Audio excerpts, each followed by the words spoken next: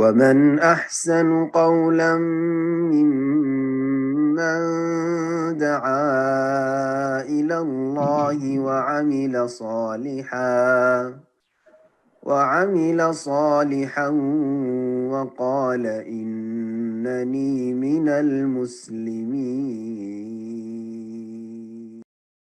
মোহাম্মদ আলী, আপনি প্রশ্ন করুন। আসসালামু আলাইকুম রাহমাতুল্লাহ। ওয়ালাইকুম আসসালাম ওয়া রাহমাতুল্লাহি ওয়া বারাকাতুহু। আমি কলকাতা থেকে বলছি। জি, আমার প্রশ্ন হলো, লাইফ ইন্সুরেন্স জায়েজ আছে কি? বিসমিল্লাহির রহমানির রহিম, আলহামদুলিল্লাহ ওয়াসসালাতু ওয়াসসালামু আলা রাসূলিল্লাহ ওয়া আলা আলিহি ওয়া সাহবিহি আজমাইন ওয়া বাদ। ইন্স্যুরেন্স বর্তমান যে বিশ্বে প্রচলিত সেটি জুয়া, সুতরাং ইন্স্যুরেন্স জায়েজ নয়, বিশেষ করে লাইফ ইন্স্যুরেন্স। জি, আর অধিকাংশ আমাদের কাছে সমস্ত রকমের ইন্স্যুরেন্স জায়েজ নয়, একমাত্র যদি কোঅপারেটিভ ইন্স্যুরেন্স হয়, আর সেটা নেই। শুধু যে সব জায়গাতে বলা হচ্ছে যে সবগুলি হচ্ছে, এগুলি তামিন তাআউনি, যেমন আরব দেশগুলিতে কোঅপারেটিভ ইন্স্যুরেন্স, কিন্তু সেটাও বিজনেস কমার্শিয়াল ইন্স্যুরেন্স, মানুষের সহযোগিতার জন্য যদি হয়, আর সেখানে সেই প্রতিষ্ঠান ইনকাম সোর্স হিসাবে নেয়নি, সেটা বিজনেস নয় তাহলে ঠিক আছে। কিন্তু আজকাল যতগুলি ইন্স্যুরেন্স কোম্পানি আছে সবগুলি হচ্ছে বিজনেস তাদের। সুতরাং এই ইন্স্যুরেন্স হচ্ছে জুয়া। আল্লাহ কোরআনে কারীমে জুয়াকে হারাম করেছেন। ইন্নামাল খামরু ইয়া আইয়ুহাল্লাযীনা আমানু ইন্নামাল খামরু ওয়াল মাইসিরু ওয়াল আনসাবু ওয়াল আজলামু রিজসুম মিন আমালিশ শাইতান। হে ইমানদারগণ, নিশ্চয় মদের সাথে আল্লাহ একসাথে মিলিয়ে বর্ণনা করেছেন।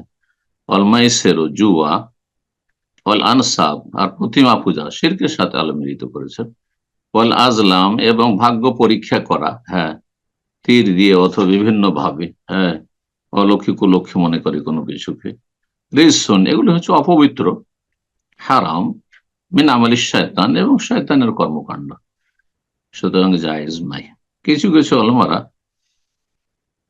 লাইফ ইন্স্যুরেন্সকে শুধু হারাম করেছেন, আর অন্যান্য যেগুলো স্বাস্থ্য অথবা গাড়ি ইত্যাদি বাড়ি, এগুলোকে জায়েজ বলেছেন। কাতার থেকে একজন আলেম, কিন্তু অধিকাংশ উলামায়ে কেরাম সবগুলি ইন্স্যুরেন্সকে নাজায়েজ বলেছেন, একমাত্র কোঅপারেটিভ ইন্স্যুরেন্স ছাড়া। জি, বারাকাল্লাহ। নিরুপায় না হলে করবেন না। আইনে অনেক সময় নিরুপায়, যারা বিদেশে থাকেন, প্রবাসে থাকেন, তাদের বিষয়টি ভিন্ন। বিদেশে আছেন আপনি, সেখানে ইন্স্যুরেন্স যদি আপনি গাড়ি না করেন, অথবা আপনি কোনো কিছু না করেন, স্বাস্থ্যের না করেন, তাহলে আপনার চাকরি চলে যাবে। সেক্ষেত্রে নিরুপায়। আদ-দারুরাত তুবিহুল মাহযুরা। ফিকহের কায়দা হচ্ছে, যখন আপনি নিরুপায় হয়ে যাবেন, তখন নিষিদ্ধ বিষয়গুলি, হ্যাঁ, ততটা পরিমাণ জায়েজ হবে যতটা না করলে উপায় নেই, তার বেশি না। জি, বারাকাল্লাহ।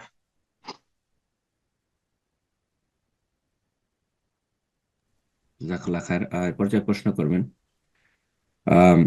রামিজ হাসান, আপনি প্রশ্ন করুন। আসসালামু আলাইকুম ওয়া রাহমাতুল্লাহি ওয়া বারাকাতুহু। ওয়ালাইকুম আসসালাম ওয়া রাহমাতুল্লাহি ওয়া বারাকাতুহু। জি, শেখ, আমার প্রশ্নটা ছিল যে যাকাত সম্বন্ধে, যে সোনার নিসাব ধরে যাকাত যদি দিই, চাঁদের নিসাব না ধরে, কেননা রাজ্জাক বিন ইউসুফের ছেলে আব্দুল্লাহর একটা বক্তব্যে শুনলাম যে মানুষকে আল্লাহ স্বাধীনতা দিয়েছে যে চাঁদি বা সোনার যার যেটা ইচ্ছা নিসাব ধরে যাকাত দিতে পারে। তো এই মর্মে আপনি একটু জানালে ভালো হতো। দলিল বলেছি। স্বর্ণের টাকা পৃথিবীতে ছিল না কাগজের টাকার আগে। স্বর্ণের নেশাব স্বর্ণ হবে, আর কাগজের নোট এসেছে চাঁদির টাকার, হ্যাঁ, এগনিস্টে। চাঁদির টাকা উঠে গেছে, তখন কাগজের টাকা এসেছে। সুতরাং এই ক্ষেত্রে এসব ফতোয়া ঠিক নয়। এসব ফতোয়া জাহান্নামের দিকে ঠেলে দিবে, এসব মৌলবীদের ফতোয়া। তার চাইতে অনেক বড় বড় আলেম, তাদের ওস্তাদদের ওস্তাদ, আমাদের ওস্তাদের ওস্তাদ, সমস্ত আহলে হাদিস সালাফি উলামারা, তারা বলেছেন যাকাত টাকার দিতে হবে আপনার চাঁদির নেশাবে। জি, স্বর্ণের নেশাবে না। ভুল ফতোয়া দিয়েছে যে দিয়েছে। জাযাকাল্লাহ খায়ের। প্রশ্ন করবেন জুলি, আপনি প্রশ্ন করুন। আসসালামু আলাইকুম ওয়া রাহমাতুল্লাহি ওয়া বারাকাতুহু শেখ। ওয়ালাইকুম আসসালাম ওয়া রাহমাতুল্লাহি ওয়া বারাকাতুহু। শেখ, আমি গত সপ্তাহে প্রশ্ন করেছি। আজকে প্রশ্নটা কি জানাটা বেশি গুরুত্বপূর্ণ, এর জন্য আজকেও প্রশ্ন করছি। আমি কি প্রশ্নটা করতে পারবো? আস্তাগফিরুল্লাহ। জি বলেন। বল, আপনি প্রশ্ন করুন, যেহেতু হ্যান্ড রেজ করে ফেলেছেন তো ইনশাআল্লাহ প্রশ্ন করুন। জি। আমার প্রশ্ন হচ্ছে, একজন শায়েখ বলেছেন যে ফতোয়া নেওয়ার ক্ষেত্রে শুধু একজনকেই ফলো করতে, একজনের কাছ থেকেই নিতে, কারণ এক একজনের এক এক মতভেদ। যেমন কেউ বলেছে হায়েজ অবস্থায় কোরআন পড়া যাবে, কেউ বলেছে পড়া যাবে না, আবার অনেকে বলেছেন যে মহিলাদের সাদা স্রাব বের হলে নাকি অজু ভেঙে যায়, আবার কেউ বলেছে ভাঙবে না। এক্ষেত্রে আমরা কি করবো? শুধু কি একজনেরই মত নিব? উনি বলেছেন যে যদি একজনের একজনের মত একমাত্র রাসূলুল্লাহ সাল্লাল্লাহু আলাইহি ওয়াসাল্লামে নিতে হবে। ঠিক আছে, উনি যিনি বলেছেন যদি বলেছেন এটা ওই মজহাবি ফতোয়া হয়ে গেল, যে যখন ফতোয়া নেবেন একজনের কাছে বা এক মজহাব থেকে নেবেন, মানে শুধু হানাফি মজহাব থেকে নেবেন, অথবা আপনি নেবেন তো শুধু শাফি, আবার হানাফিতে যাবেন না। যখন নেবেন আপনি হাম্বলি ফতোয়া, তো হাম্বলিতে বাইরে যেতে পারবেন না। এই ফতোয়া, এই কথা ভুল কথা। জি, প্রত্যেক মাযহাবে কিছু কিছু দুর্বল ফতোয়া আছে। তারা তো নবী রাসূল ছিল না আইম্মায়ে কেরাম। তাহলে আজকালকার আলেমরা কোথা থেকে নবী রাসূল হয়ে গেল, ওয়াহি আসলো যে সব কথা আমারই নেবেন? না, আমার ওপর আস্থা যদি থাকে আমার কথাগুলি নেবেন, কিন্তু যখনই দেখবেন যে এর চাইতে শক্তিশালী অন্য মতটি, আবার আপনার প্রবৃত্তির উপর ভিত্তি করে নেবেন না যে আমার জন্য এটা সুবিধাজনক, সুতরাং আমি যেখানে সস্তা ফতুয়া, সুবিধাজনক ফতুয়া পাবো সেটা নেবো, এটা জায়েজ নয়। আবার কিন্তু যদি দেখা যায় যে দলিলের দিক থেকে এটি আমাকে বেশি বলিষ্ঠ লাগছে, তাহলে আপনি এক আলেম থেকে আর এক আলেমের ফতুয়ায় যেতে পারবেন, কোনো অসুবিধা নেই। বরং এটাই হচ্ছে ইসলামের শিক্ষা। কারণ আলেমরা কেউ মাসুম না, নির্ভুল না, ভুলের ঊর্ধ্বে কেউ না। জাযাকাল্লাহ খায়ের। প্রশ্ন করবেন আশিক। জি, আপনি প্রশ্ন করুন। আসসালামু আলাইকুম শাহেক। ওয়ালাইকুম আসসালাম ওয়া রাহমাতুল্লাহি ওয়া বারাকাতুহু। জি শাহেক, আমি বাংলাদেশ থেকে বলতেছি। বলেন। আমি শাহেক বর্তমানে গভর্নমেন্ট একটা জব করি, 9ম গ্রেডের। তা শাহেক, আমি যখন জবের মধ্যে ঢুকি তখন আমার বয়স ছিল 28 বছর। এবং আমাদের যে ওই জবের যে রিকোয়ারমেন্ট ছিল শাহেক, অনেক ধরনের রিকোয়ারমেন্ট ছিল। ডিফেন্সের জব তো অনেক ধরনের রিকোয়ারমেন্ট ছিল, সেটার মধ্যে একটা রিকোয়ারমেন্ট ছিল যে ওই জবের সময় অবিবাহিত থাকতে হবে। কিন্তু শাহেক, আমি আমার ফ্যামিলির সাথে নিয়ে একান্ত গোপনীয় ভাবে ওই সময় আমি বিয়ে করে ফেলছিলাম। তা এখন আমার প্রশ্ন হলো শাহেক, আমি যেরকম একটা ভুল তথ্য দিয়ে বিয়ে করলাম, তারপরে চাকরিতে ঢুকলাম, সেক্ষেত্রে আমার এই চাকরির এখন যে বেতন পাচ্ছি সেই বেতনটা কি শাহেক হালাল হবে? এবং আমি এখন একমাত্র উপার্জনক্ষম ব্যক্তি আমার সংসারের, তা আমি কি করতে পারি শাহেক? ধন্যবাদ শাহেক। আসসালামু আলাইকুম। যেহেতু ওনারা যেটা রিকোয়ারমেন্ট দিয়েছেন বা শর্ত লাগিয়েছেন যে আমাদের এই চাকরি নেওয়ার জন্য অবিবাহিত হইতে হবে, এটি শরীয়তের সাথে সাংঘর্ষিক। বিবাহ করলে আর ইমান মজবুত হয়, তো বিবাহিত লোক চাকরি পাবে না, আর তার খরচ খরচার বেশি প্রয়োজন, তার চাকরির বেশি প্রয়োজন, সেই চাকরি পাবে না। এই আইনটি ইসলামের সাথে সাংঘর্ষিক, সুতরাং এরকম আইন মানা জরুরি নয়। জি, সুতরাং আপনি যা করেছেন আপনার রুজি হালাল ইনশাআল্লাহ। বারাকাল্লাহ ফিক। আমিন। প্রশ্ন করবেন এমডি মনির হোসেন। আপনি প্রশ্ন করুন। আসসালামু আলাইকুম শাহেক। ওয়ালাইকুম আসসালাম ওয়া রাহমাতুল্লাহি ওয়া বারাকাতুহু। কেমন আছেন? জি আলহামদুলিল্লাহ। বলেন। জি, প্রশ্ন হলো যে কোথা থেকে? টাঙ্গাইল থেকে, বাংলাদেশ। বলেন। জি, শাহেক আহমদুল্লাহ রমাদান প্ল্যানার নামে একটি বই প্রকাশ করেছে, যেখানে প্রথম রমাদান থেকে 30 রমাদান পর্যন্ত প্রত্যেক দিনের একটা রুটিন আছে, যে দিনে কয় ওয়াক্ত সালাত আদায় করলাম, এরকম একটা রিপোর্ট দেওয়া লাগে। এই রিপোর্টটা দেওয়া যাবে কিনা এবং এই বই কেনা যাবে কিনা? আর একটা প্রশ্ন হলো যে আমার এখানে আসরের সালাত মন গড়া কথা এগুলো। যে প্রশ্ন একটা করে প্লিজ, একটা করে। জি, অন্যদিন এই যে ইনশাআল্লাহ। প্রতিদিন রমজানে কোর্স দেওয়া কিছু এই এক শ্রেণীর সামান্য পড়া লোকেরা আর উদ্দেশ্য এরকম করেছে যে আপনি প্রথম রমজানে এরকম করুন, এতটা কোরআন পড়ুন, এতটা জিকির করুন, এতটা এই করুন, এতটা সুবহানাল্লাহ বলুন, এতটা আলহামদুলিল্লাহ বলুন। এগুলো একটি বেদাতির আকার ধারণ করেছে। জি, আরো করুক আর আজম করুক, এটি একটি বেদাতের রূপ ধারণ করেছে। এটি মোটেই ঠিক নয়। জি, মানুষকে স্বাধীনভাবে ছেড়ে যার জন্য যেটা সুবিধা হবে সে সেটা করবে। সবার জন্য সব এবাদত বন্দেগী সুবিধাজনক নয় বা সহজ নয়। কারোর জন্য কোনোটা সহজ, কারোর জন্য কোনোটা কঠিন বা অন্যটা সহজ। কিন্তু ফরজের ক্ষেত্রে কোনো ঘাটতি নেই, আর সেই ক্ষেত্রে কোন রকমের সুযোগ নেই যে তাতে কমতি করবে। ফরজ পুরোপুরি আদায় করতে হবে এবং যত্ন সহকারে আদায় করতে হবে। বাকি সুন্নত নফলের ক্ষেত্রে যার যেটা সুবিধা হয়, কারোর জন্য বেশি বেশি জিকির আজকার সুবিধা, কারোর জন্য বেশি বেশি দান খেরাত সুবিধা, কারোর জন্য বেশি বেশি শ্রম দেওয়া, মানসিক শারীরিক শ্রম দেওয়া সুবিধাজনক, কারোর জন্য এলম বিতরণ করা সুবিধাজনক, ইত্যাদি ইত্যাদি, যার জন্য যেটা করা সম্ভব। জি, বারাকাল্লাহ ফিক। আমিন। প্রশ্ন করবেন মুখলেসুর রহমান। জি, আপনি প্রশ্ন করুন। আসসালামু আলাইকুম স্যার। ওয়ালাইকুম আসসালাম ওয়া রাহমাতুল্লাহি ওয়া বারাকাতুহু। পশ্চিমবঙ্গ হুগলি জেলা থেকে বলছি স্যার। বলেন। এখানে আমাদের এখানে প্রত্যেক বছর জলসা হয়, বেদাতি জলসা আর কি। মানে বেদাত তো আছে, সিরকো কিছু কথা বলে আর কি, পীর এসব নিয়ে। হ্যাঁ, তো ওরা চাঁদা চাইতে আসে আমাদের এখানে, যখন প্রত্যেক বছরই দিয়ে দিই। এবছর একটা ফিক্স করে দিয়েছে আর কি, যে এত টাকা মানে দিতেই হবে। তো আমরা কিছু কম করে বলি আর কি, যে এত দিতে পারবো, তারপরে দিতে পারবো না। তো ওরা রাগ করে চলে যায় আর কি, নারাজ হয়ে। হ্যাঁ, তো এই নারাজ হয়ে যাওয়ার কারণে কিছু সমস্যা হতে পারে আর কি, যেমন কোণঠাসা করে দিতে পারে, একটা ঝামেলা এরকম করতে পারে। তো এই ক্ষেত্রে কি যেচে ওদেরকে আর পয়সা দেওয়া যাবে না, যেমন আছি আপনার কি অবস্থাতে অটল থাকবো? এলাকায় বসবাস করতে অসুবিধা করবে? অসুবিধা করবে, যেমন কোণঠাসা এক ঘরে করে দিয়ে, এরকম একটা সমস্যা হতে পারে আর কি স্যার। চলার কোনো প্রয়োজন নেই। জি, আপনার জন্য হিজরত করা উচিত সেসব এলাকা থেকে। বেদাতি এলাকা থেকে যে আপনার ছেলে মেয়েরা আবার বেদাতি হয়ে যাবে আপনার উপরে, যদি নয় যে সে বেদাতি সমাজে তারা বাঁচতে পারবে, বেদাত থেকে আবার ফিরে যাবে। লাভ কি হলো আপনার হেদায়েত? এই জন্য বেদাতি এলাকাতে হিজরত করুন। আপনারা পীর ভণ্ডদের এলাকায় বসবাস করবেন, ছেলে মেয়েরা নিরাপদ থাকবে না। জি, সুরক্ষিত নয় তাদের ঈমান আমল, আগামী প্রজন্ম। সুতরাং এইরকম জায়গাতে হিজরত করার চেষ্টা করে, হিজরত না করতে পারছেন সেখানে যদি বেঁচে থাকার অধিকার থাকে, এক ঘরেও রাখে, অসুবিধা নেই। অন্যদের সাথে চলবেন, তারা অমুসলিমদের সাথে তারা চলছে, দুনিয়ার লেনদেনের ক্ষেত্রে অমুসলিমদের সাথে লেনদেন করবেন যারা ভালো চরিত্রের মানুষ। কিন্তু যারা আপনাকে কথিত মুসলিম হওয়া সত্ত্বেও আপনাকে কোরআন এবং হাদিস মেনে আপনাকে ইসলাম পালন করতে দিবেন না, তাদের সাথে চলার কোনো প্রয়োজন করে না।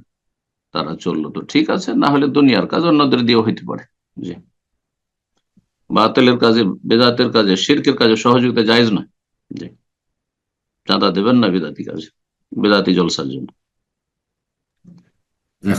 প্রশ্ন করবেন সালসাবিল, আপনি প্রশ্ন করুন।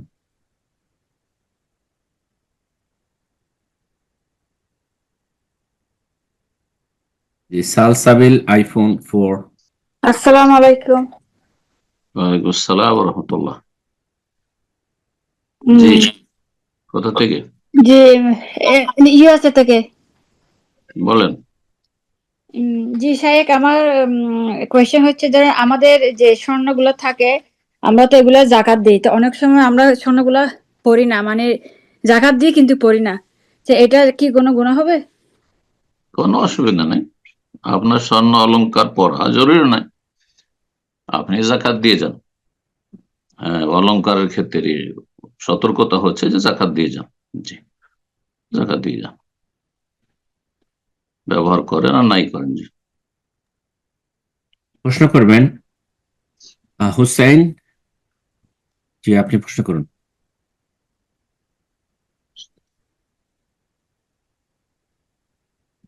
হুসাইন, জি, আপনি ফোনটা আনমিউট করে নিন, প্রশ্ন করুন।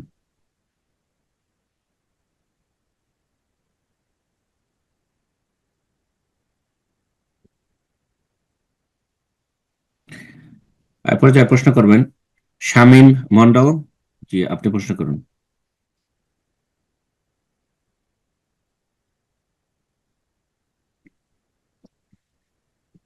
জি, আপনার ফোন আনমিউট হয়েছে, প্রশ্ন করুন। আসসালামু আলাইকুম ওয়া রাহমাতুল্লাহি ওয়া বারাকাতুহু।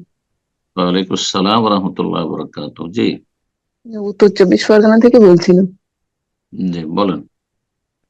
বলছি শেখ, বলছে আমাদের বাড়ি আগেকার তো আমরা তো এত জানতাম না যে আগে ওইসব যে বই টই গুলো ছিল, যে বিভিন্ন জন বেদাতি বই টই গুলো, ওই বইগুলো কি করা যেতে পারে, কি করতে পারে বইগুলো? সরাতে বইগুলোর চাচ্ছি মানে। ক্ষেত্রে বইগুলোর বেদাতি বই যেগুলো থেকে গেলে অন্যরা ক্ষতিগ্রস্ত হবে, গোমরা পথভ্রষ্ট হবে বেদাতি বই পড়ে, আর আল্লাহ আপনাকে হেদায়েত করেছেন বলে আলহামদুলিল্লাহ। সুতরাং সেই বইগুলি সম্পর্কে সেই আমলটাই করবেন যে আমল করেছেন আমিরুল মোমেনিন ওসমান বিন আফফান রাদিয়াল্লাহু তাআলা আনহু। ওসমান রাদিয়াল্লাহু তাআলা আনহুর জামানায় যখন কোরআনে কারীম 30 পারা সূরায়ে ফাতিহা থেকে সূরা নাস পর্যন্ত এই মুসহাফ আকার গ্রন্থাকারে লিপিবদ্ধ হইল, সংকলন করা হইল, তখন বিভিন্ন যে সাজ কেরাতগুলি রয়েছে বা বিভিন্ন বংশের ভাষায় যে তেলাওয়াতের অনুমতি ছিল 7 বংশের ভাষায়, সেগুলিকে একত্রিত করে তিনি জ্বালিয়ে দিতে বলেছেন। সহিহ বুখারীর হাদিস। গতকালকে যে সহিহ বুখারী পর্ব ফাজাইলে কোরআন পর্ব আমরা দ্বিতীয় পর্ব আলোচনা করেছি, তাতে হাদিসটি গিয়েছে। সুতরাং এই সুন্নাহর উপর আমল করে এটা সবচেয়ে বেশি নিরাপদ।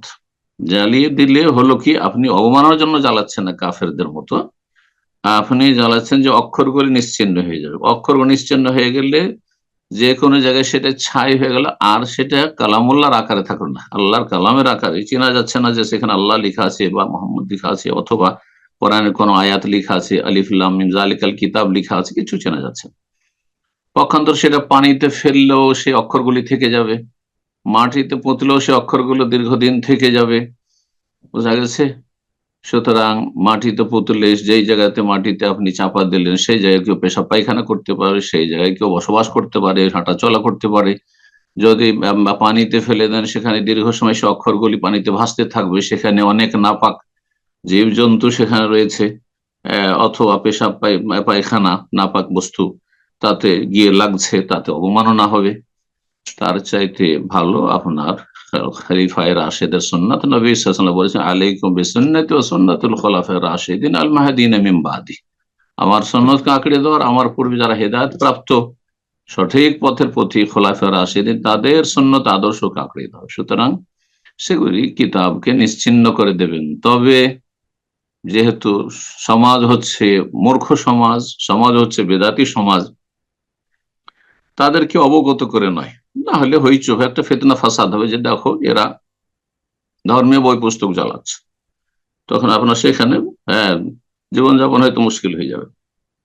এমনটা যেন না হয়, এই হিকমা অবশ্যই অবলম্বন করতে হবে। জি, কারণ মানুষরা হচ্ছে আজকাল মূর্খ অধিকাংশই, আর আবেগী। মূর্খতার সাথে দিনের জ্ঞান নেই আর আবেগ বেশি রয়েছে। সুতরাং মনে করে যে কাফের কোরআন হাদিস জ্বালানো অবমাননার উদ্দেশ্যে, আর আপনার জ্বালানো হয়তো একই রকম না। ইন্নামাল আমালু বিন্নিয়াত, মানুষের আমল নির্ভরশীল নিয়তের উপর। আপনার নিয়ত হচ্ছে যে সেটার অবমাননা যেন না হয়, আর সেটা কারো হাতে চলে গেল এই পুস্তক আকারে সেটাকে নিশ্চিহ্ন করলাম না, আর এভাবে মানুষ যেন গোমরাহ পথভ্রষ্ট না হয়ে যায়। জি, এই কিতাবগুলি থেকে ক্ষতিগ্রস্ত মানুষ না হয়, থেকে গেলে এটা হচ্ছে উদ্দেশ্য। আর অক্ষরগুলি থেকে গেল আর তার অবমাননা হলো, এটাও যেন না হয়। সুতরাং ওসমান রাদিয়াল্লাহু তাআলার সুন্নাত হচ্ছে সবচাইতে উত্তম পন্থা, যার উপর আমল করবেন ইনশাআল্লাহ। জি, প্রশ্ন করবেন ফাইজুর রহমান। জি, আপনি প্রশ্ন করুন।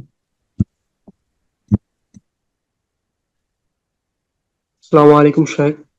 ওয়ালাইকুম আসসালাম ওয়া রাহমাতুল্লাহি ওয়া বারাকাতুহু। শেখ, আমি বাংলাদেশ টাঙ্গাইল থেকে বলতেছি। বলেন। শেখ, আমি হোস্টেলে থাকি। হোস্টেলে একটা নিয়ম হচ্ছে দৈনিক মিল বা খাবারের জন্য 80 টাকা করে নেওয়া হয়, কিন্তু কেউ যদি মিল বা খাবার বন্ধ রাখে তাহলে তার কাছ থেকে দৈনিক 40 টাকা হারে জরিমানা করা হয়। মাস শেষে সেই জরিমানার টাকা দিয়ে একটি খাবার মিল বন্ধ রাখে মানে না খায়? কেউ যদি মিল না খায় বা বাসায় যাওয়া বা কোথাও, তার কারণে মিল বন্ধ রাখে, তাহলে এই 40 টাকা করে জরিমানা কেটে রাখা কেমন হয়। বন্ধ রাখে? ও জানবে কি করে যে আপনি মিল বন্ধ রাখলেন না খেলেন? মানে যদি মিল মানে ওইখানে মিল না চালে বাসায় যায় বা কোথাও যায়, মিল মানে কি বলতে চাইছেন? খাবারের মিল না মিল মানে আপনার মেশিন?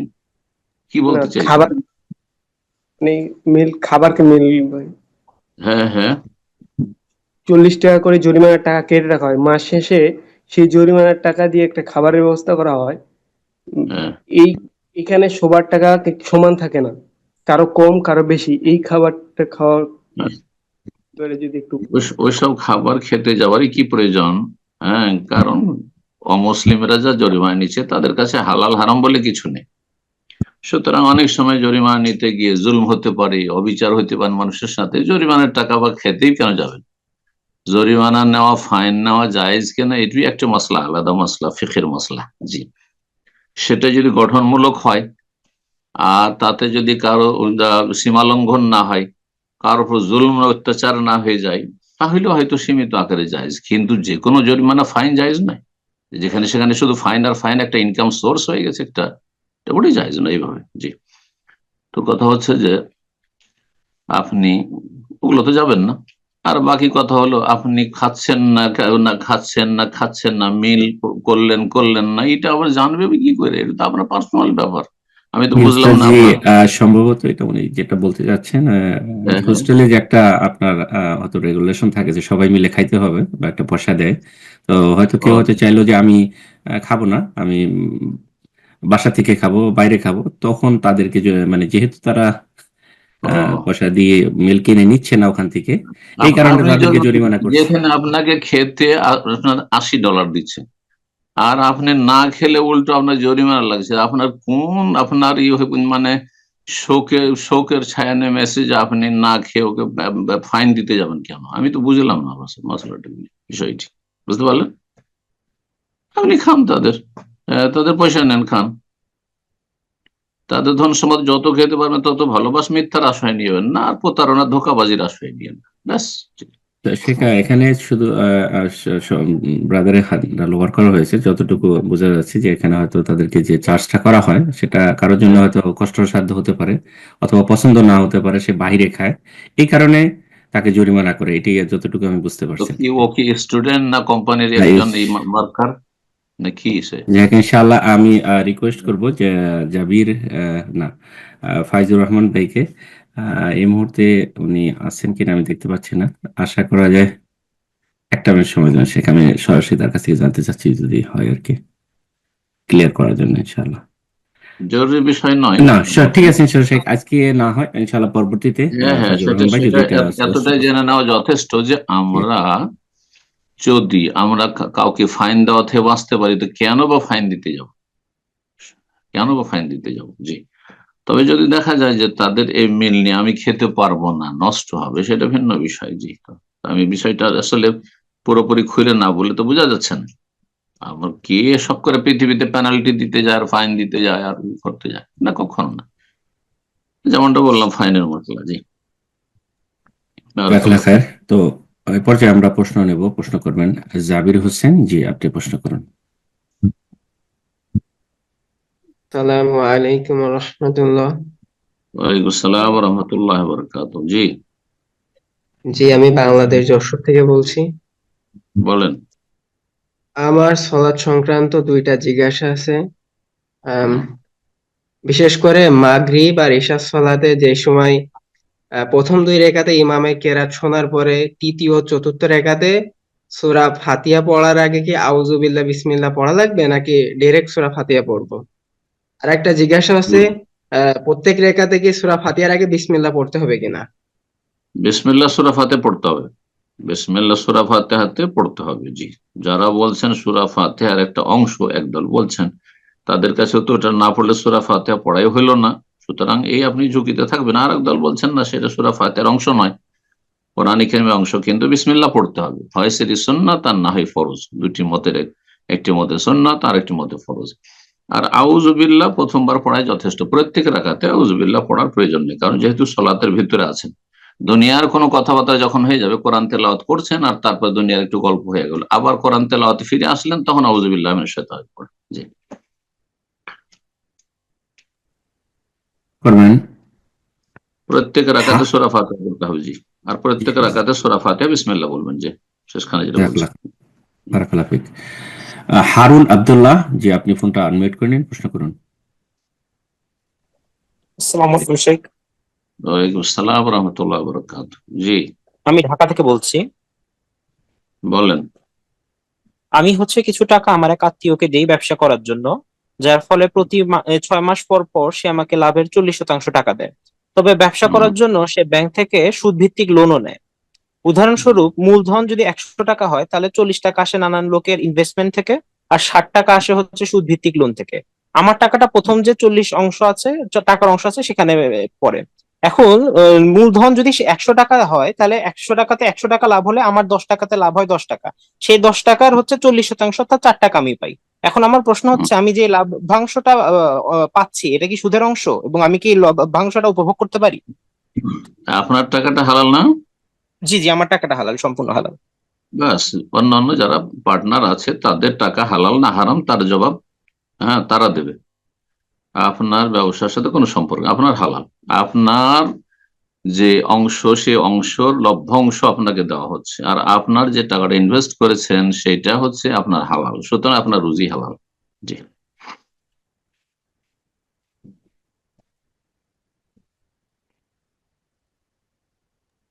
জাযাকাল্লাহ খায়ের। এ পর্যায়ে প্রশ্ন করবেন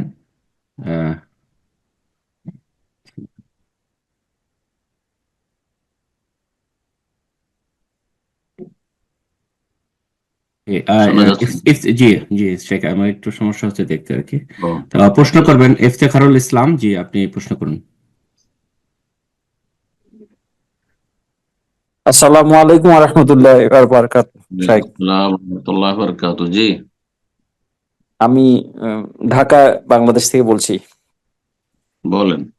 আমার প্রশ্নটা ওইরকমই, এই ব্যবসা এবং সুদের সাথে মানে কোনটা পার্থক্য বোঝার জন্য। আমিও একটা প্রতিষ্ঠানে টাকা লোক নিয়ে নিচ্ছে, একটা প্রতিষ্ঠান, সেখানে টাকা দেওয়া আছে। তো ওরা আমার সাথে কন্ডিশনে গেছে যে ওরা বছরে 60% থেকে 90% প্রফিট করে। তো মিনিমাম পার্সেন্ট, যার কারণে আমাকে 30% অর্ধেক দিবে। তখন আমি বললাম যে ঠিক আছে, আমাকে যদি আপনার তার অর্ধেক 30% দেন বছরে, তাহলে আমার এটাই চলবে। যে আমরা আরো বেশিও করে, আমাকে ঠিক আছে, আমরা যদি আরো বেশিও করেন আমার লাগবে না, এতে আমার চলবে। তো ওনারা বললেন ঠিক আছে, যদি আপনার এতে আর বেশি নাও চান, তাহলে আমরা যদি কখনো লস করি, 60 নিচে ও চলে যাই, তাহলে আমরা লসটাও আপনার থেকে নিব না। এইটাই আমরা লস দাবি করবো না, যেহেতু আপনি আর বাড়তিটা দাবি করেন না। এইটা কি যেহেতু 30% দিবে আমাকে, এটা কি ফিক্সড হয়ে গেল কিনা, বা এটা কি সুদের পর্যায়ে পড়ে গেল কিনা? কখনো যদি তাদের লস হয়, মানে আপনি লসে মোটে অংশ নেবেন না, এই চুক্তি আছে? না, আমি বলছি যে আমি লাভের, আর যদি আরো বেশি লাভ হয় আমি সেটা আর নিব না। আমার 30% যদি বুঝলাম, কিন্তু আপনাকে যখন ওরা বললো যে আমাদের যদি কোনো লস হয়, তো যে কোনো লসের কোনো অংশই আপনি বের করবেন না, এমনটা কথা হয়েছে? আমি বলি নাই, কিন্তু তারা বলছে ঠিক আছে, যদি না ওরা লস করে না, ওরা প্রফিট কম করে, যদি প্রফিট কম হয় কিন্তু আমরা দাবি করব না, তারা বলছে এটা জায়েজ না। ব্যবসা মানে লাভ লস দুটোতে শরিক হইতে হবে, প্রফিট এন্ড লস। মুদারাবা হচ্ছে প্রফিট এন্ড লস। জি কথা বোঝা গেছে? লাভের শরিক হইতে হবে, লসও শরিক হইতে হবে। জি একেবারে কখনো বলে ঠিক আছে আমাদের লস হয়েছে, কিন্তু আপনি যেহেতু একটু কম লাভ নিয়েছেন, অন্য সময় আমরা বেশি লাভ নিয়েছি, এই লসটা আপনার কাছ থেকে নেব সাময়িক, সেটা ভিন্ন কথা। কিন্তু আপনার কোনো লস নেই, নিশ্চিত নাকে তেল দিয়ে আপনি ঘুমাচ্ছেন যে আমার যেটুকু আসছে 30% আসছে, সেটাই আমার লাভই লাভ, কোনো লস নেই, এটা তো সুদ হয়ে গেল, তো সুদই হয়ে গেল, এটা সুদই কারবার, মোটেই জায়েজ না। জি জাযাকাল্লাহ খায়ের। প্রশ্ন করবেন উম্মে রাহাত, আপনি প্রশ্ন করুন। আসসালামু আলাইকুম ওয়া রাহমাতুল্লাহি ওয়া বারাকাতুহু। ওয়ালাইকুম আসসালাম ওয়া রাহমাতুল্লাহি ওয়া বারাকাতুহু। জি বলেন। শেখ, আমি বাংলাদেশ থেকে বলছিলাম। আমার প্রশ্ন হলো যে আমি যখন সালাতে দাঁড়াই, তখন আর কি আউযুবিল্লাহ বিসমিল্লাহ পড়ে আলহামদুলিল্লাহ পড়ি, কিন্তু হঠাৎ করে আমি ভুলে যাই যে মানে এই অন্য সূরা, মানে সূরা মানে ছোট সূরাটা পড়ি, পড়ার পরে আবার ভুলে যাই কি আমি আলহামদু সূরা পড়লাম নাকি পড়লাম না, পরে আমি আবার আলহামদু সূরা পড়ি।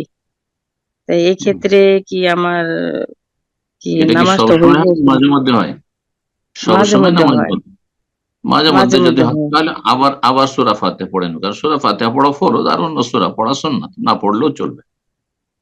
বোঝা গেছে? আউযুবিল্লাহ বিসমিল্লাহ ভুলে গেল, সালাতে কোনো ক্ষতি নেই।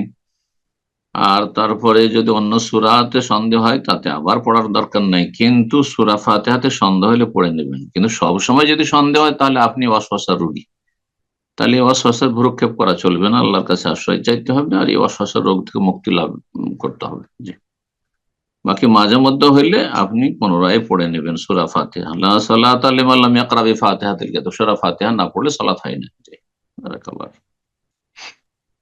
আমিন। প্রশ্ন করবেন এলমা, যে আপনি প্রশ্ন করুন। আসসালামু আলাইকুম রহমতুল্লাহ সাহেব। ওয়ালাইকুম আসসালাম ওয়া রাহমাতুল্লাহি ওয়া বারাকাতুহু। জি আমি বলেন। গাজীপুর থেকে বলছি, আমি বাংলাদেশের গাজীপুর থেকে বলছি। বলেন। আমি জি। হচ্ছে প্রায় 10-11 বছর আগে আমার কলেজের 10 জন কিছু ইমার্জেন্সি টাকার দরকার ছিল। তখন হচ্ছে আমার আম্মুর অ্যাকাউন্ট থেকে না বলে কিছু টাকা নেই, আম্মুকে না জানিয়ে। আমার উদ্দেশ্য ছিল যে পরে এটা শোধ করে মানে আমি আবার রেখে দেবো গোপনেই। তো পরে অনেক বছর চলে যায়, আমি তো ভুলে যাই, কিন্তু আমি অনেক টাকা মানে যে পরিমাণ টাকা নিয়েছিলাম তার চেয়ে অনেক বেশি পরিমাণ টাকা হচ্ছে আম্মুর অ্যাকাউন্টে আবার রাখছি। কিন্তু তখন তো আমার ওইটা নিয়ত ছিল না যে আমি ওই দেনাটা শোধ করতেছি, কারণ যেহেতু আমার মনে ছিল না। তাহলে কি আমার দেনাটা শোধ হয়েছে নাকি মানে আবার দিতে হবে? আর সেক্ষেত্রে যদি আবার দিতে হয় তাহলে মা কি বেঁচে মানে আছেন? মা বেঁচে আছেন? জি জি বেঁচে আছেন। বলে দিবেন যে আপনার অ্যাকাউন্ট থেকে আমি প্রয়োজনে নিয়েছিলাম আর কিছু, আর আপনাকে তার অনেক বেশি দিয়েছি, সুতরাং যেটুকু আপনি নিয়েছি না জানি ওটা আমাকে মাফ করে দিন, ব্যাস, যথেষ্ট ইনশাআল্লাহ। তারপরে যদি প্রয়োজনে নিয়ে থাকেন লেখাপড়ার খরচে, তো বাপ মায়ের কাছ থেকে নেওয়া যায়, তারা যেটা দিচ্ছে সেটা যদি যথেষ্ট না হয় আর না জানিয়েও কিছু নিয়ে নেয় তো জায়েজ আছে। প্রয়োজন হলে, বিনা প্রয়োজনে যদি বিলাসিতার জন্য নিয়ে থাকে তাহলে নাজায়েজ হবে সেটা, ঠিক আছে? এই জন্য যদি অতিরিক্ত নিয়ে থাকেন প্রয়োজনের, তো মাকে বলবেন, মা যেহেতু জীবদ্দশায় আছেন, যে আমি কিছু নিয়েছিলাম মা, তো আমাকে মাফ করে দিও। জি, বারাকাল্লাহ ফিক। প্রশ্ন করবেন আব্দুল্লাহ, যে আপনি প্রশ্ন করুন।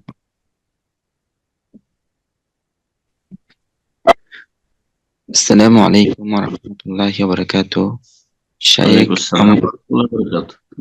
জি, শায়েখ আমার এক বন্ধুর কোথা থেকে? বাবার সাথে কোথা ক্লোজ থেকে? ফ্রেন্ড, ঢাকা থেকে। হুম। তো ওনার সাথে ওনার বাসায় যাই মাঝে মধ্যে আমি। তো ওনার কাছে আমি শুনলাম উনি ওনার মা মারা যাওয়ার আগে, সরি ওনার নানা মারা যাওয়ার আগে ওনার আম্মা মারা যায়। এখন উনি আমাদের কাছ থেকে গিয়ে বাংলাদেশে আইন মোতাবেক উনি কিছু সম্পত্তি পায়। উনি কি করছে, ওই সম্পত্তি নিয়ে আসছে। এখন ওনাকে আমি এগুলো নিতে পারবেন না এভাবে, আপনাকে যদি আপনার নানা ওসিয়ত করে যায় তাহলে আপনি নিতে পারবেন। তো উনি বলছে আমার তখন সেরকম জ্ঞান ছিল না, হয়তোবা নয়তো সম্পর্কে এখন ওনার এই কাজটাকে ঠিক হয়েছে, আর না, ওনার এই কাজ এরকম কুফরি হবে নাকি ওনাকে আমি কিভাবে বুঝবো? কুফরি হবে না, সে তো আর আল্লাহর আইনকে অস্বীকার করেনি, কুফরি হবে না, কুফরি হবে না, কিন্তু যে নিজের ভাগ বসিয়েছে আইনের আশ্রয় নিয়ে, এই আইন ইসলামের সাথে সাংঘর্ষিক, কথা বোঝা গেছে, ইসলাম বিরোধী। সে আইন লেখা উচিত ছিল যে ওসিয়তের মাধ্যমে দেবে। কোন কোন আলেমার ওসিয়তকে এখানে ফরজ করেছেন। জি, নাতিদের জন্য যদি তাদের বাবা মা মারা যায় সেজন্য ভাগ থেকে বঞ্চিত হচ্ছে, তাহলে ওসিয়তকে ফরজ বলেছেন অনেক ওলামারা।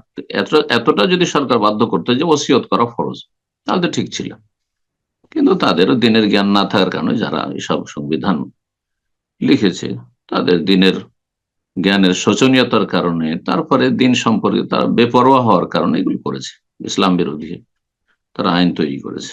আল্লাহ হিদায়াত দান করে, যারা বেঁচে আছে, যারা দুনিয়া থেকে চলে গেছে, আল্লাহর কাছে আফজা ইলা মা কাদ্দামা, যা করেছে তা পেয়ে গেছে। জি, তো কথা হচ্ছে যে এটা জায়েজ নয়, নাজায়েজ কাজ, হারাম কাজ, তবে কুফরি নয়। কিন্তু তার উচিত হবে যারা আরো অন্যান্য ওয়ারিসিন, যাদের হক ছিল, মামাদের হক, খালাদের হক বা চাচাদের হক, ফুফুদের হক, তাদেরকে বলবে যে এটা আসলে আমার ন্যায্য অধিকার নয়, তবে আপনারা যদি আমাকে দিয়ে দেন বা নিয়ে নিয়েছি, যদি আপনারা মাফ করে দেন, আমাকে ছেড়ে দেন, তাহলে ঠিক আছে, আর না হলে আমি ফিরিয়ে দেবো। জি, বারাকাল্লাহ। আমি প্রশ্ন করবেন এহনা খান, যে আপনি প্রশ্ন করুন।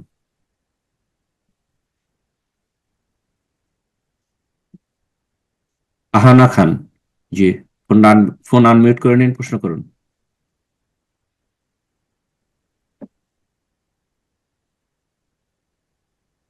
পর্যায়ে প্রশ্ন করবেন।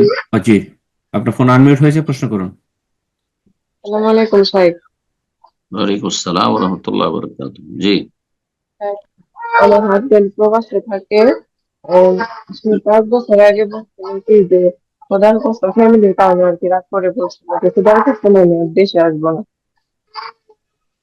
এই কথা বলছিল স্যার। এখন কি জি, এই কথা বলা যাচ্ছে না। পারেন? আপনার কথাগুলো অস্পষ্ট, ব্যাকগ্রাউন্ড নয়েজ আছে, আর মাইকটা ঠিক করে নিন, একটু জি, স্পষ্টভাবে প্রশ্ন করুন।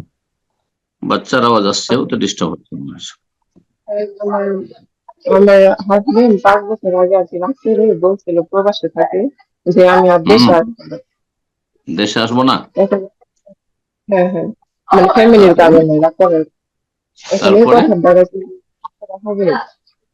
না, এতে তালাক তার হবে আর না। কি দেশে আসবো না বলে ইলা তালাক ইলা হবে। জি, ইলা ইলা খোদার কসম বলছিল আর কি, খোদার কসম বলে, হুম হুম, খোদার বোঝা কসম যাচ্ছে। বলছিল আর কি, খোদার কসম আমি আর দেশে আসবো না, রাগ বুঝলেন করে। ইকরাম ভাই কিছু? উনি বলছেন খোদার কসম বলছিলেন, এই জন্য কি কোনো যতই বলুক আল্লাহর কসম, খোদা বলা জায়েজ নয়, বাকি আল্লাহর কসমও যদি বলে দেশে আসবো না, তাহলে কসমের কাফারা দেবে, দেশে যাবে, কসমের কাফারা দেবে। স্ত্রী আছে, আত্মীয় স্বজন আছে, অবশ্যই দেশে যেতে হবে। এইরকম কসম করাই তার জায়েজ হয়নি, জি, গোনার কাজে কসম করেছে। সুতরাং সে কাফারা দেবে, 10 মিসকিনের খাবার দেবে, কিন্তু তাতে তালাক হবে না। শতবার যদি বলে আমি দেশে আসবো না, দেশে আসবো না, দেশে আসবো না, তাতে তালাক হবে না, এক তালাক হবে না। জি, জাযাকাল্লাহ খায়ের। প্রশ্ন করবেন মাসুদ রানা, জি, আপনি প্রশ্ন করুন। আসসালামু আলাইকুম ওয়া রাহমাতুল্লাহি ওয়া বারাকাতুহু। শেখ, ওয়ালাইকুম আমি আসসালাম ওয়া রাহমাতুল্লাহি ওয়া বাংলাদেশ বারাকাতুহু। রংপুর জেলা পীরগাছা থানা থেকে বলছি। প্রশ্ন হচ্ছে বলেন। আমার কসর সালাত নিয়ে। বিগত 13 ফেব্রুয়ারি রাজশাহীতে সফর করছিলাম তাবলিগি আহলে হাদিস তাবলিগি ইজতেমা আসাদুল্লাহ গালিব স্যারের। তো সেখানে 14ই ফেব্রুয়ারি জোহরের সালাত আমাদের একজন সফর সঙ্গী হাফেজ সাহেব জুমার সালাতের পরে আসরের কসর করে নেয়, কিন্তু সেই সময় মাসালাটি জানা ছিল না। পরবর্তীতে জমা করে আসরের জমা করে নেয়। জমা করে নেয়। পরবর্তীতে আসরের শেষ প্রান্তে আমার মাসালাটি জানা বা মনে পড়ছে যে জুমার সাথে আসর একত্রে জমা করা যাবে না, উসাইমিন রাহিমাহুল্লাহ বলছেন। তো ওই সময় সালাতে পরিস্থিতি ছিল না, কিন্তু আমরা নদী পার হয়ে, পদ্মা নদী পার হয়ে মসজিদে যাইতে যাইতে মাগরিবের ওয়াক্ত হয়ে যায়, মসজিদে মাগরিবের সালাত দাঁড়িয়ে যায়। ইতিমধ্যে আমরা মাগরিবের জামাত আদায় করি, তারপরে আমি আসরকে কাজা পড়ে নেই 4 রাকাতে, এবং ওনারা 2 করে আদায় করে নেন, মাগরিবের সাথে জমা করে। এখন প্রশ্ন হচ্ছে, ওনারা পরবর্তীতে সালাত শেষ করে ওনারা আমাকে প্রশ্ন করে আপনি তাওয়াররুক করলেন কেন, যে আমি 4 রাকাত আদায় করেছি। তখন ওনারা বলল আমরা তো 2 পড়েছি। তখন এই মাসালা নিয়ে দ্বন্দ্ব হয়ে যায়। তখন এখন মাসালাটি ওই মুহূর্তে কারো কাছে জানার কোনো আপনি বিধান কেন ছিল না। বললেন? আপনি মুসাফির না, এখনো সফরে আছেন না, বাড়ি পৌঁছেননি তো? জি না। ঠিক না? তাহলে আপনি 4 কেন পড়লেন? আপনার জন্য উত্তম ছিল 2 পড়া, জায়েজ আছে, সফরেও 4 পড়া জায়েজ আছে, কিন্তু কথা হচ্ছে যে ওরা উত্তম কাজ করেছে আর আপনি অনুত্তম করেছেন, জায়েজ আছে দুটো। সফরে কসরের অনুমতি আছে, বরং সেটি সুন্নাত, কিন্তু সেটি ওয়াজিব নয়। একমাত্র হানাফি মযহাবের ফতোয়া যে কসর করা ওয়াজিব। শাফি, মালিকি, হাম্বলি, আহলুল হাদিস সমস্ত উলামা আইম্মা কিরামদের ফতোয়া যে কসর হচ্ছে সুন্নাত, ব্যাস, ওয়াজিব নয়। কসর কেউ না করলে গুনাহগার হবে না। বাকি কথা হলো যে জুমার সাথে আসর জমা করা যাবে কিনা, এটি কোনো ইজমার মাসলা নয়। এই ক্ষেত্রে ওলামাদের 2টি মত রয়েছে। সৌদি আরবের ওলামাদের 2টি মত রয়েছে। কিছু ওলামারা বলছেন যে না, করা যাবে না, যেটি উল্লেখ করলেন, আর এই ফতোয়া আমরা দিয়ে থাকি। কিন্তু কেউ যদি করে নিয়ে থাকে দ্বিতীয় মতের উপর আমল করে, আর পরে যদি তাকে জানানো হয় যে এই মাসলাতে তো শেখ ইবনে উসাইমিন অথবা শেখ ইবনে বাজের ফতোয়া এরকম আছে যে জমার সাথে জমা করা যাবে না, কিন্তু অন্যরা যেহেতু জমার অনুমতি দিয়েছেন বড় বড় উলামায়ে কেরাম, সুতরাং আর পুনরায় তাকে সালাত ফিরাতে হবে না, হয়ে গেছে। কারণ যখন সে কাজটি করেছে সেটা ঠিক মনে করে করেছে। আর মাসলা ইখতিলাফি মাসলা একেবারে স্পষ্ট এমনটা নাই। যারা বলছে জমার সাথে জমা করা যাবে না, তাদের দলিল কি? তাদের দলিল হচ্ছে নবী সাল্লাল্লাহু আলাইহি ওয়াসাল্লামের জীবনে এরকমটা ঘটেনি, আর জুমা সব দিক থেকে জোহরের মতো নয়, ব্যাস সেইটুকু যুক্তি।